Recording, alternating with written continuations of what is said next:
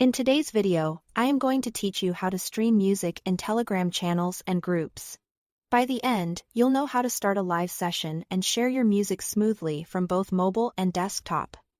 First, open Telegram on your device. Go to the channel or group where you want to stream.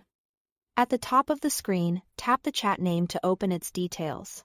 This is where Telegram keeps controls for voice and video sessions in a group. Choose video chat in a channel. Choose live stream.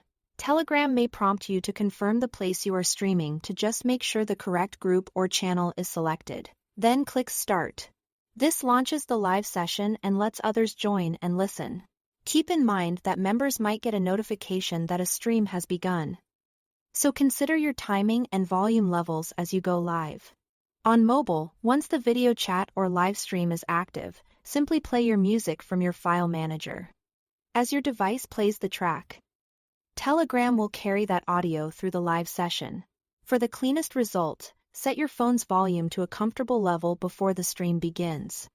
And silence other apps to prevent notification sounds from interrupting your music.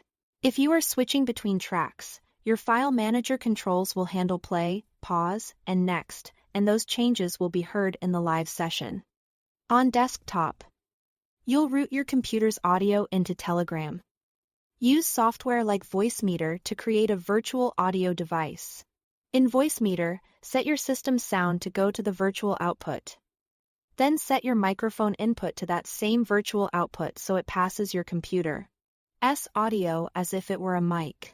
In Telegram's live session, select that virtual output as your microphone source. Now, anything you play on your computer, your media player, browser, or DJ software will stream to your audience. Keep an eye on audio levels in Voicemeeter and in Telegram so you are not too quiet or clipping. If your voice doesn't need to be heard, make sure only the virtual device is active. And your physical microphone is muted?